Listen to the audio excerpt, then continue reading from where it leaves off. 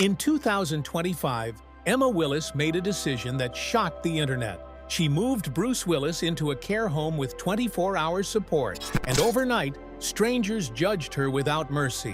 What they didn't see was the reality behind closed doors. Bruce's mind had been slipping away for years. His childhood stutter returned. Familiar faces began to fade. His daughters became strangers, and his family started grieving him while he was still alive. Now, a nurse who helps care for him has quietly revealed a devastating truth. Bruce Willis no longer knows who anyone is. And the most heartbreaking part is this: it all began long before the world noticed anything was wrong.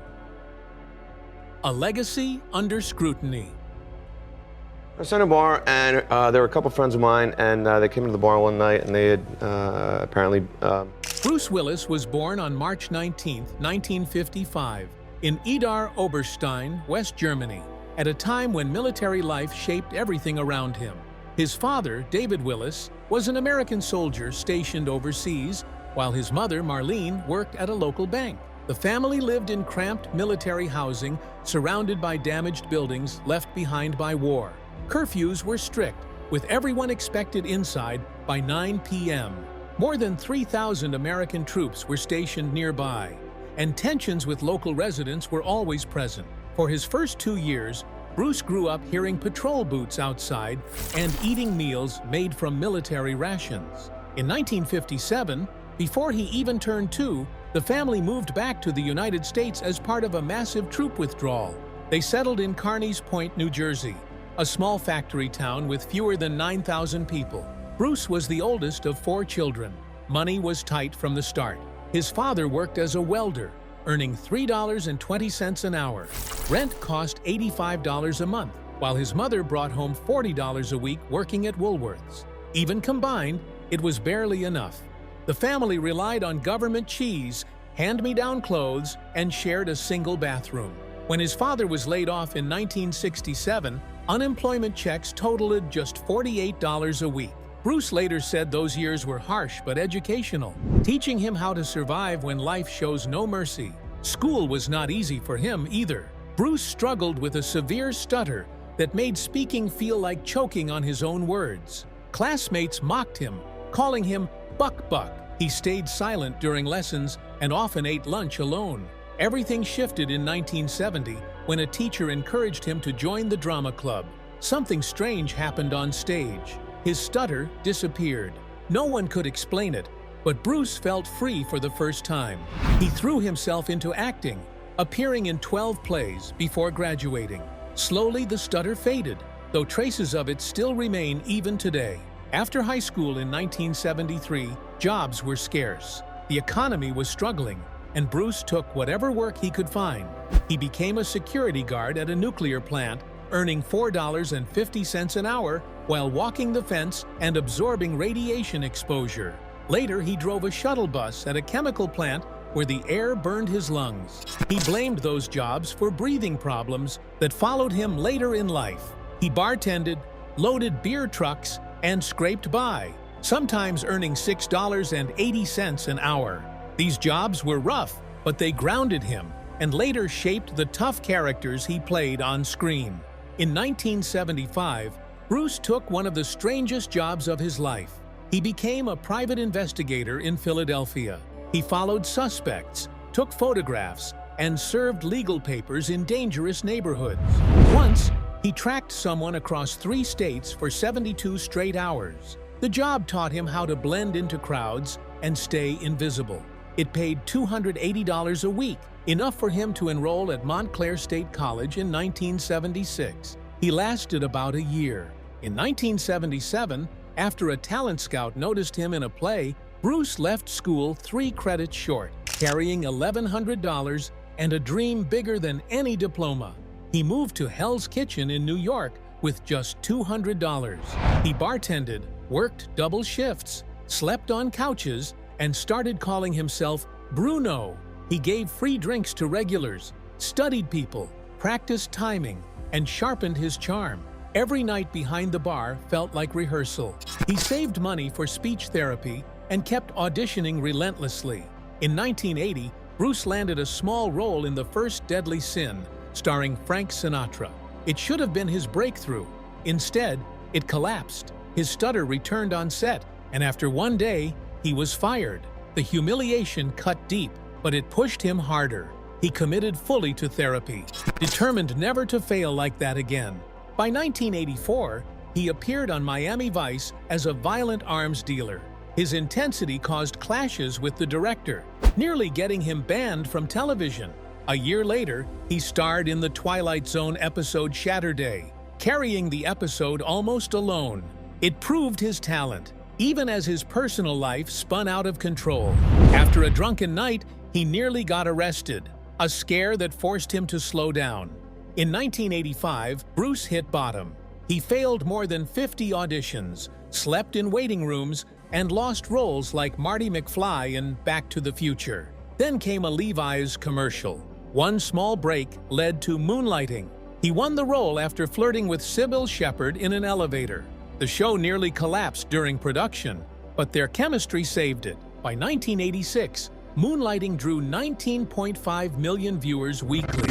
Off-screen, chaos ruled. Bruce and Sybil fought constantly. Trailers were measured to avoid jealousy. Props were thrown. When Bruce gained movie offers, tensions exploded.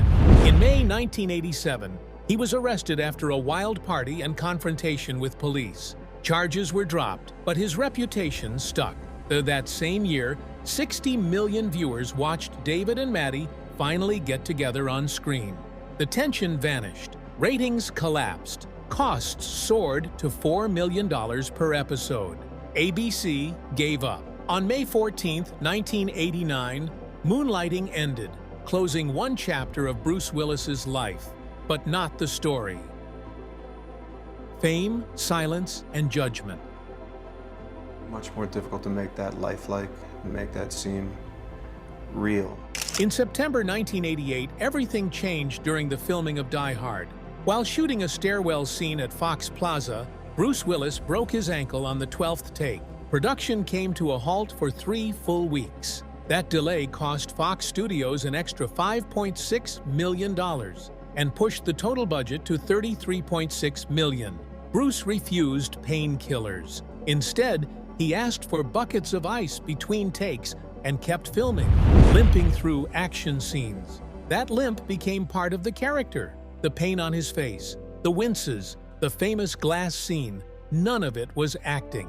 Cinematographer John DeBont redesigned 14 action sequences around Bruce's injury. Because of the delay, Bruce missed appearances for Moonlighting and had to pay $200,000 in penalties. But that suffering gave John McClane something no action hero had before: vulnerability. Before Bruce was cast, Die Hard had been offered to Arnold Schwarzenegger.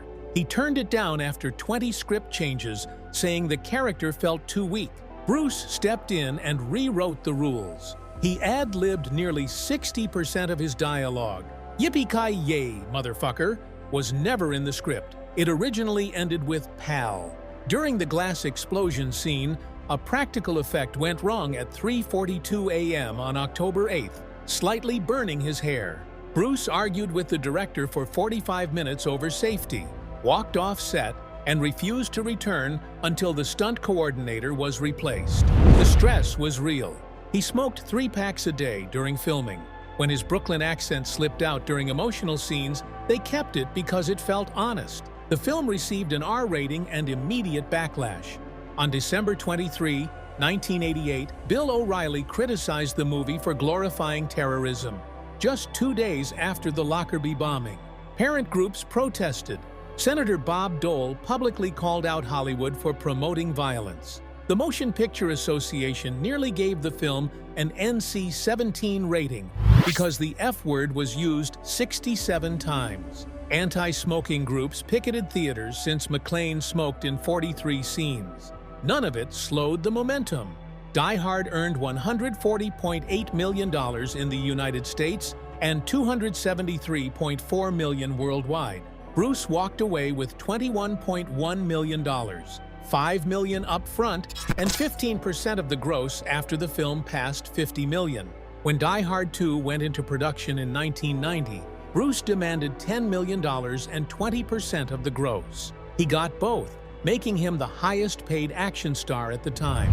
He also secured script approval and rejected 3 drafts before agreeing. The story drew inspiration from the real crash of TWA Flight 514 in 1974. During filming, co-star Bonnie Bedelia learned her screen time was cut from 47 minutes to 23 and refused to film with Bruce for 6 days in February. Bruce also clashed with director Rennie Harlin, pushing for more emotional depth. A snowmobile stunt went wrong, injuring stuntman Dick Warlock. The delay cost $2.3 million and pushed the release to December 1990. By 1995, Die Hard with a Vengeance made Bruce the highest-paid actor per film. He earned $15 million plus 25% of back-end profits. During the Yankee Stadium helicopter stunt, he insisted on performing it himself. On August 14th, he suffered a concussion while filming on a Harlem rooftop. 3 days in the hospital cost the studio $1.2 million.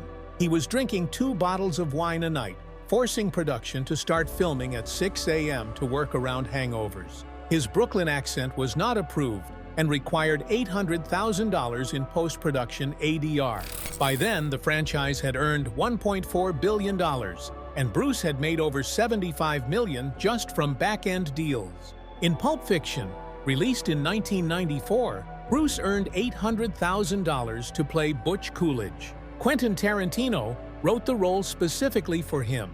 The film cost $8.5 million and earned $214.2 million. Bruce shot his scenes in 12 days. Critics saw him differently. He was no longer just an action star. That shift continued with 12 Monkeys in 1995. Bruce lost 25 pounds, accepted only $1 million, and endured 16 weeks of filming. He spent up to 4 hours a day in makeup. His character was broken and afraid. The film earned $168 million and brought Bruce his first Golden Globe nomination for drama. When the spotlight faded. Can they tell? And are they white normally? Yeah, well, I mean, pretty right. I mean, the show's over once that happened. By 1997, Bruce Willis was operating at full power. That year, The Fifth Element arrived, and Bruce earned $17 million for the role. Director Luc Besson had written the character specifically for him. Bruce trained for 6 months to handle high-speed taxi chases across massive futuristic sets. His blue and orange costume was designed by Jean-Paul Gaultier, one of 954 custom outfits created for the film. Shooting stretched across 22 weeks. While critics in the United States were divided, European audiences embraced it. The movie earned $263.9 million theatrically and eventually crossed $400 million with home video. Bruce's scenes with Chris Tucker became instant fan favorites, highlighting his comedic timing. The following year, 1998, brought Armageddon. Bruce earned $20 million upfront, plus back-end points. The film exploded worldwide, pulling in $553.7 million and becoming the biggest movie of that year. To prepare, Bruce trained with real oil drillers in Oklahoma. His emotional goodbye scene with Liv Tyler's character was inspired by his real-life relationship with his daughter, Rumer. He performed 47 takes to get it right. Although NASA criticized the film's science, it later used the movie in training sessions to demonstrate what not to do. Ben Affleck later said Bruce mentored him on set and showed rare generosity. In The Jackal, released in 1997, Bruce took a rare turn as a villain. He earned $12 million for the role. Filming took place across Canada and the United States. Bruce trained with dialect coaches to master multiple accents, using disguises, fake identities, and remote-controlled weapons. Both Bruce and Richard Gere earned over $10 million. The film sparked controversy due to its themes, but still earned $159.3 million worldwide. Not every risk paid off. One of Bruce's strangest projects was Hudson Hawk in 1991. He co-wrote the film, envisioning a singing burglar comedy. The production cost $65 million, but the film earned only $17.2 million in the United States. Bruce personally paid $4 million for song rights. Critics were brutal. Roger Ebert compared it to a traffic accident. Bruce lashed out, saying critics were too stupid to understand it. Soon after, his production company collapsed. Trouble continued with The Last Boy Scout. Bruce choreographed several violent scenes himself. One stadium explosion stunt sent a stuntman to the hospital. The F-word appeared 247 times, pushing the Motion Picture Association to nearly give it an NC-17 rating. Warner Brothers cut 18 minutes. Bruce threatened to quit 3 times. Delays and reshoots added $8 million to the budget. Despite the chaos, the film earned $114 million. In striking distance from 1993, Bruce insisted on performing his own boat stunts on Pittsburgh's rivers. He fell into freezing water and suffered hypothermia. The incident caused $2 million in insurance losses and delayed filming by 2 weeks. He also clashed with writer Tony Gilroy over a controversial subplot involving incest. The film earned only $24.1 million, and industry whispers labeled Bruce difficult. With Death Becomes Her, Bruce surprised everyone. He earned $7 million and played drunkenness so convincingly that Meryl Streep thought he was actually drunk. He drew from bartending tricks learned in New York. Universal cut 22 minutes due to budget overruns, yet the film still earned $149 million. Streep later said she was impressed, but concerned. Bonfire of the Vanities became a disaster. Bruce played a Yale-educated bond trader, but critics said he felt miscast. Director Brian De Palma told him he was not believable. Their argument turned physical. The film, meant as prestige, earned just $15.7 million on a $47 million budget, costing Warner Bros. Over $30 million. Then came redemption. The Sixth Sense in 1999 changed everything. Bruce accepted $14 million upfront, but negotiated 17% back end. The film earned $672 million. Bruce made $114 million, the highest payout ever from a single film at that time. He even trained himself to use his left hand to make his ghost character less obvious. The movie earned 6 Oscar nominations. That momentum continued with Unbreakable in 2000. Playing David Dunn, the sole survivor of a train crash that killed 131 people, Bruce delivered a grounded performance. The film earned $248 million, and Quentin Tarantino later ranked it among his top 20 films. Bruce showed humor again in The Whole 9 Yards, which earned $106 million and praised his chemistry with Matthew Perry. A sequel followed, but failed. Bandits in 2001 earned $68 million, showing Bruce's softer side. Then Hearts War in 2002 earned critical praise, but only $32 million. Bruce was still searching, still evolving, refusing to stand still. A legend left exposed. The idea of riding on a roller coaster is to come as close as you possibly can to think like you're... Bruce Willis never chose the safe path, neither in life nor on screen. That mindset defined his career and, eventually, his personal battles. In 2005, he plunged into Sin City, a film soaked in violence and shadows. The movie earned $158 million worldwide, but the production was anything but smooth. Willis pushed for harsher brutality, believing it stayed true to the comics. He even invested $2 million of his own money to enhance violent effects. His nude scenes made Jessica Alba so uncomfortable that she walked off set, forcing director Robert Rodriguez to promise creative camera solutions to bring her back. Willis clashed repeatedly with Rodriguez, even over how realistic his character's heart condition should be. Doctors were consulted, and $50,000 was spent to get it right. Every day, Willis sat in makeup for 14 hours, surviving on protein shakes, smoking constantly, and losing 15 pounds to match the film's grim tone. A year later, he flipped gears completely with Over the Hedge. Voicing RJ the Raccoon, Willis helped the animated film earn $336 million. He arrived at recording sessions hungover from a 3-day Vegas binge where he lost $200,000 at blackjack. Yet his improvised lines, nearly 1/3 of RJ's dialogue, made it into the final cut when a script leak in March 2006 threatened the $80 million production. DreamWorks considered dropping him. Test audiences loved his chaotic energy, so they kept everything. One day, Willis arrived in a tux straight from a wedding, still tipsy, and delivered a flawless performance. The Expendables brought controversy. Willis demanded $3 million for a cameo, along with a private jet, luxury hotel, and personal chef. Sylvester Stallone called him Greedy Willis fired back. Stallone paid, but replaced him in the sequel. Willis set a record, the highest per-minute paycheck in action film history.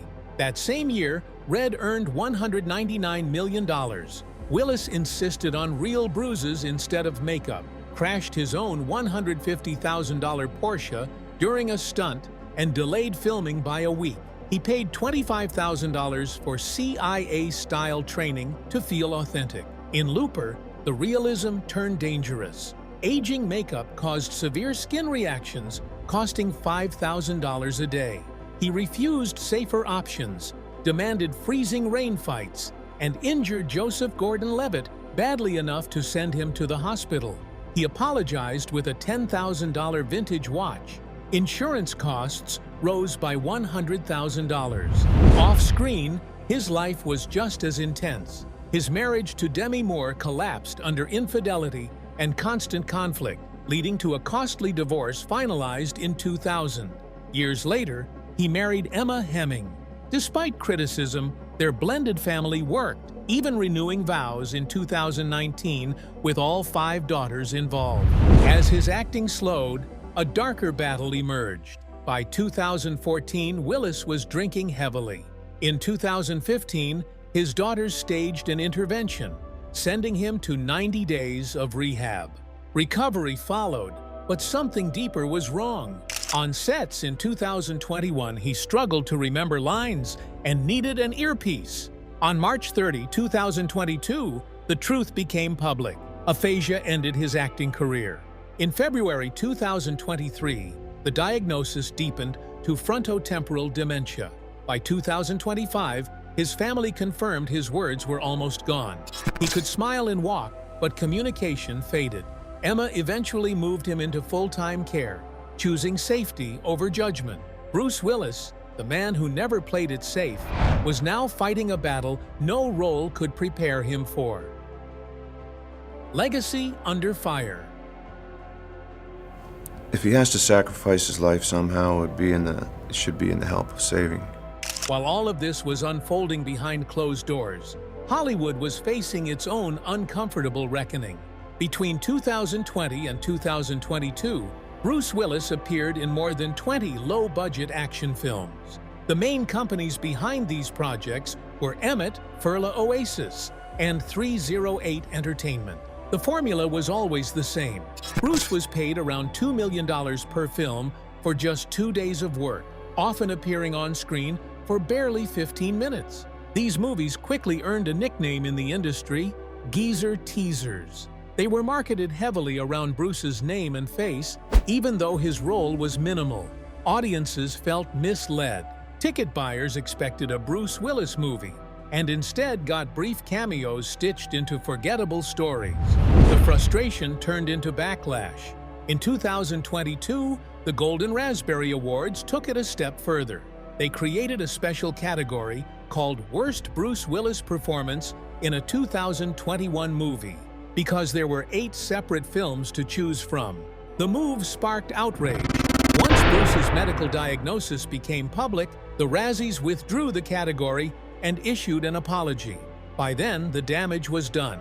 Critics and fans began asking harder questions. Some openly called it elder abuse. The website Ethics Alarm stated plainly that this was not just about bad movies, but about exploiting a man in visible decline while those around him allowed it to continue. Yet even through controversy, Bruce Willis's legacy stands tall.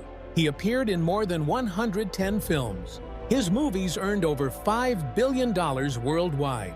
He was John McClane, the protector in The Sixth Sense, and even a charting musician in the 1980s with The Return of Bruno.